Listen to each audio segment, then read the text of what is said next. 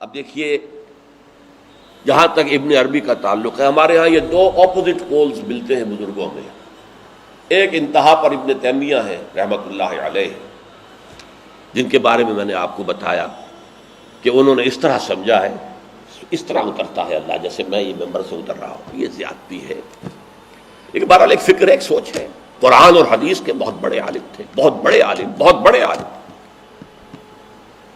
دوسری انتہا پر ابن عربی ہیں جن کا فلسفہ میں نے آپ کو بتایا.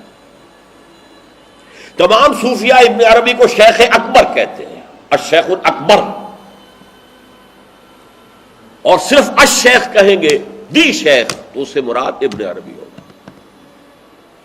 اور ابن تیمیہ انہیں کہتے ہیں زندیق، ملحد. یہ دو انتہائیں ہیں. ہمارے ہاں جو عام طور پر اہل حدیث حضرات ہیں وہ ابن تیمیہ کے فالوورز ہیں ان عقائد میں. ان کے ہاں تصور کیا ہے؟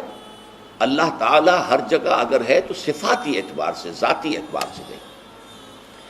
وہ تو اپنی جگہ عرش پر ہے، ساتویں آسمان کے اوپر عرش ہے، عرش کے اوپر کرسی ہے، کرسی پر وہ ہے. اب اس میں ایک طرح کی تجسیم بھی آ گئی، محدودیت بھی آ گئی. اس کائنات میں تو اللہ ہے ہی نہیں، تو پھر اللہ محدود ہو گیا نا، وہ تو کسی خاص جگہ پر ہو گیا نا. ایک تصور یہ ہے. اور عام آدمی یہ بھی سمجھے تو ٹھیک ہے، اسے یہ معلوم رہے کہ اللہ ہی رازق ہے، اللہ ہی خالق ہے، اللہ ہی مصیبت سے نجات دلانے والا ہے، اللہ ہی مشکل کشا ہے، اللہ ہی حاجت روا ہے، اللہ ہی، یہ بس اسے معلوم ہو، توحید مکمل ہو گئی. لیکن فلسفہ کچھ اور شے ہے، فلسفہ کچھ اور سوالات پیدا کرتا ہے. جیسے میں نے کہا ہے صفات ذات حق حق سے جدا یا عین ذات. اب یہ فلسفہ ہے. صفات باری تعالی اگر قدیم ہے صفات تو یہ غصہ، یہ تو قدیم نہیں ہو سکتا. غصہ تو کسی کام پر آیا، خوشی تو کسی کام پر ہوئی، یہ قدیم کیسے ہوگا؟ تو عین یا غیر، لا عین ولا غیر. اور جس کو میں تعبیر کرتا ہوں کہ من وجہ عین ذات ومن وجہ آخر غیر ذات. اب اس سلسلے میں علامہ اقبال نے جو بات کہی ہے، جو پروفیسر یوسف سلیم چشتی مرحوم نے مجھے بتایا تھا کہ انتقال سے صرف 3 ماہ قبل یہ اشعار کہے. وحدت الوجود کے، پینتھیزم کے، دونوں کے شدید مخالف تھے علامہ اقبال شروع میں. اسی لیے وہ حافظ کو بھی بہت بڑا گمراہ کن شاعر سمجھتے تھے، اس لیے کہ وحدت الوجود کے عامیانہ انداز میں جو ہے وہ شاعری میں جب اس کو آ گیا ہے تو عوام کے زبان پر جب چڑھا ہے تو وہ اس کے ڈانڈے پینتھیزم سے مل گئے، عوام کے اندر اس کا تصور یہ ہو گیا. لیکن آخر میں انہیں بھی آنا پڑا ہے. تو اے ناداں دل آگاہ دریاب، اے نادان وہ دل تلاش کر جو آگاہ ہو، ہر چیز سے واقف ہو. لا موجود الا اللہ دریاب، لا موجود الا اللہ. وہ جو میں نے آپ سے عرض کیا تھا نا کہ لا الہ الا اللہ کے 3 لیولز ہیں. لا معبود الا اللہ، لا مطاع الا اللہ، لا حاکم الا اللہ، ان الحکم الا للہ، لا رازق الا اللہ، لا خالق الا اللہ.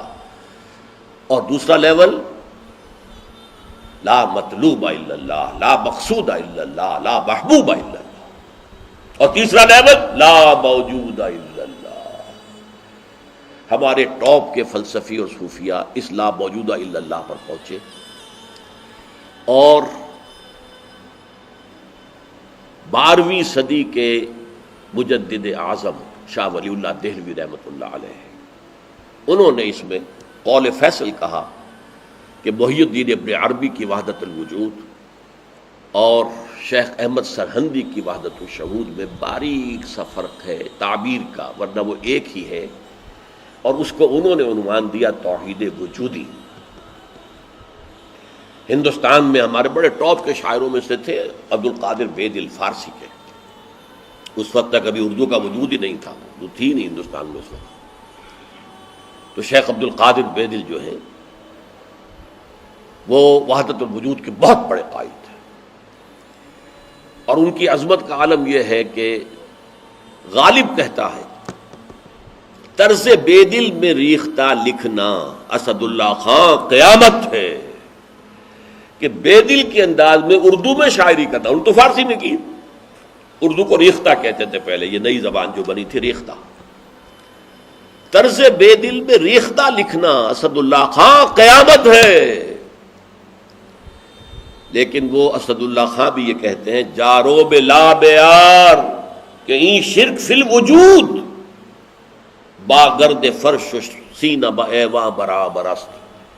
دیکھو اگر تمہارے سینے کے اندر شرک فی الوجود شامل ہے، یہ بھی ہے وہ بھی ہے یہ بھی ہے وہ بھی ہے، وجود متعدد ہے، خدا کا وجود علیحدہ ہے، ہمارا وجود علیحدہ ہے، تو یہ گرد کے مانند ہے جو تمہارے سینے کے ایوان پر جو تخت بچھا ہوا تھا اس کے اوپر گرد پڑ گئی ہے۔ اس گرد کو جاروب لا، لا موجود ہے الا اللہ، جاروب لا کی جھاڑو سے لا کر صاف کر دو، جاروب لا بیار کہ یہ شرک فی الوجود، وجود دو مان لیے تو شرک ہو گیا، وجود ایک ہی ہے۔ البتہ جب تعین ہو گئی کسی شے کی وہ وجود مختلف ہے، ذات باری سے علیحدہ۔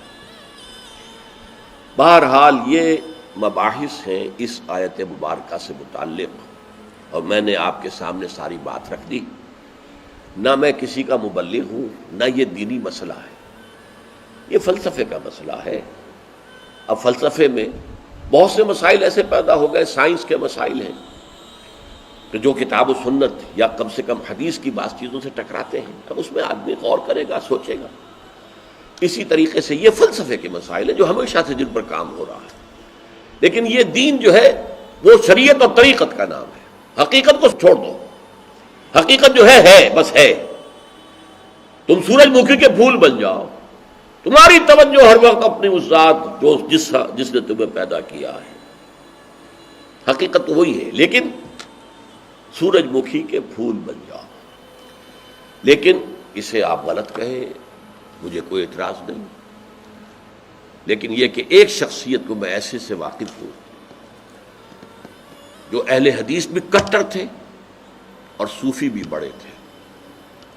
یہ جو ہمارے ہاں مشہور ہے غزنوی خاندان، مولانا عبداللہ غزنوی آئے تھے اور وہ اپنے تصوف کی بعض آراء کی وجہ سے اور بعض اپنی اہل حدیثیت کی آراء کی وجہ سے افغانستان سے نکال دیے گئے تھے، غزنی سے نکال دیے گئے، تو امرتسر میں آ کر آباد ہوئے۔ ان کی اولاد ہے یہ غزنوی خاندان۔ ان میں مولانا داؤد غزنوی رحمۃ اللہ علیہ سے میرا بڑا قرب رہا ہے۔ ان کے پھر بیٹے تھے ابو بکر غزنوی، وہ معروف ہیں، کافی لوگ ان سے واقف ہوں گے۔ داؤد غزنوی رحمۃ اللہ علیہ یہ دو متضاد چیزوں کا مجموعہ تھے، تصوف بھی اور اہل حدیثیت بھی۔ عام طور پر اہل حدیث کی ساری توجہ ظاہر پر رہتی ہے، وہ باطن میں جھانکتے ہی نہیں، اندر نہیں جاتے، فلسفے سے کوئی تعلق ہی نہیں۔ لیکن فلسفہ اور تصوف یہ جڑے ہوئے آپس میں چولی دامن کے ساتھ۔ انہوں نے ایک دفعہ منٹگمری میں جو اب سائیوال کہلاتا ہے آ کر تقریر کی، اہل حدیث مسجد تھی، میں بھی گیا ہوا تھا سننے کے لیے۔ انہوں نے وہ اہل حدیث نوجوانوں سے کہہ رہے تھے کہ دیکھو تم اپنے مسلک پر قائم رہو، ہم غیر مقلد ہیں، ہم کسی کے مقلد نہیں ہیں، نہ ابو حنیفہ کے نہ مالک کے، لیکن کبھی بھی ان ائمہ کی توہین نہ کرنا۔ یہ ہمارے عام نوجوان جو کہتے ہیں ابو حنیفہ کو کیا پتا تھا، ابو حنیفہ کے پاس تو علم ہی نہیں تھا، ابو حنیفہ تو جو ہے علم حدیث میں کورے، یہ توہین کے الفاظ کبھی استعمال نہ کریں۔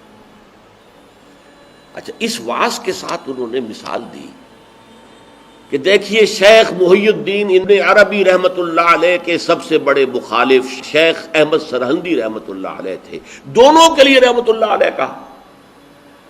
میں حیران ہو گیا، یہ وہابی آدمی، کٹر وہابی اہل حدیث، اور یہ شیخ ابن عربی رحمۃ اللہ علیہ کہہ رہا۔ خیر میرے دل پر بھی اثر ہوا کہ بڑی وسعت ہے ان کے فکر و نظر میں۔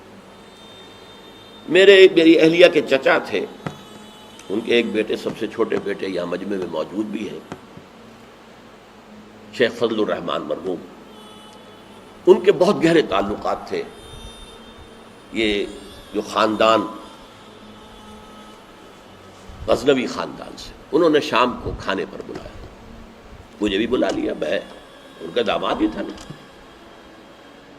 تو وہاں میں نے کہا کہ حضرت آپ نے شیخ ابن عربی کے ساتھ رحمت اللہ علیہ کے الفاظ استعمال کیے، جبکہ ابن تیمیہ نے کوئی شرعی گالی چھوڑی نہیں ان کے لیے. زندیق، ملحد، اور آپ اہل حدیث ہیں، یہ کیسے ہوا؟ میں ان کی عظمت کا قائل ہو گیا، ان کی آنکھوں میں آنسو آ گیا. کہنے لگے ڈاکٹر صاحب یہ دونوں ہمارے بزرگ ہیں، ہم خرد ہیں، آپس کے اختلافات وہ جانے، ہم چھوٹے ہیں، خرد ہیں، خرد رہنے ہی میں عافیت سمجھتے ہیں، ہمارے لیے دونوں محترم ہیں. اور مسجد میں انہوں نے ایک مثال بیان کی تھی کہ شیخ احمد سرہندی رحمۃ اللہ علیہ نے شیخ ابن عربی کے بارے میں اپنے مکتوبات میں لکھا ہے ما ذل بردار خان ایشانم لیکن چکنم معاملہ صفات باری تعالی است، کہ ہم شیخ ابن عربی کے دسترخوان کے جھوٹے ٹکڑے کھانے والوں میں سے ہیں. کون کہہ رہا ہے؟ مجدد الفسانی کہہ رہا ہے. ما ذل بردار خان ایشانم، ان کے دسترخوان کے سوکھے جوڑے ہوئے جھوٹے ٹکڑے کھانے والوں میں سے ہم ہیں. لیکن چکنم، لیکن کیا کریں، معاملہ سے بات باری تعالی است. یہ باری تعالیٰ کی صفات کا معاملہ ہے، ہمیں اختلاف کرنا پڑ رہا ہے، اختلاف ہم کر رہے ہیں، لیکن ہم ان کے دسترخوان کے جھوٹے ٹکڑے کھانے والے. یہ کہہ رہے ہیں شیخ احمد سرہندی رحمۃ اللہ علیہ، جن کے بارے میں مشہور ہے کہ ابن عربی کا یا تو مخالف اول ابن تیمیہ رحمۃ اللہ علیہ، اور یا پھر مخالف دوم جس نے جوابی فلسفہ پیدا کیا وہ شیخ احمد سرہندی رحمۃ اللہ علیہ. تو یہ ہے کہ ان چیزوں کے بارے میں اپنے سینوں کو وسعت دیجیے. آپ ابن عربی کی بات کو چھوڑ دیجیے، پھینک دیجیے، لیکن توہین نہ کیجیے، اس کو خام خواہ کفر سے تعبیر نہ کیجیے. یہ چیزیں جو ہیں، اور پھر ہمارے سارے صوفیہ جو اس کے قائل ہیں، پھر ان سے بدزنی ہو گئی. میں صرف اس لیے کہ وہ بدزنی اور دلی نفرت کا معاملہ ختم ہو جائے، میں یہ ساری بحث اس لیے کیا کرتا ہوں، ورنہ میرے عام دروس میں ان مسائل پر گفتگو نہیں ہوتی. بڑے گہرے مسائل ہیں اور ان کا سمجھنا عام لوگوں کے لیے ممکن بھی نہیں ہے، بلکہ عام آدمی کے، یہ جس کو کہتے ہیں نا ہوشدار کے رہ بردب تیغست قدم را، ہوشیار رہ جاؤ، یہ تم جو چل رہے ہو یہ تلوار کی دھار کی طرح کا راستہ ہے، کاٹ کے رکھ دے گا تمہیں. جیسے ہم کہتے ہیں پل صراط جو ہے وہ بال سے زیادہ باریک ہوگا اور تلوار کی دھار سے زیادہ تیز ہوگا، جس پر سے گزرنا ہے قیامت میں. یہ کہاوت ہے. هي الحلقات تحفظني بآيات من القرآن، هي الحلقات تملأني بحب المصطفى.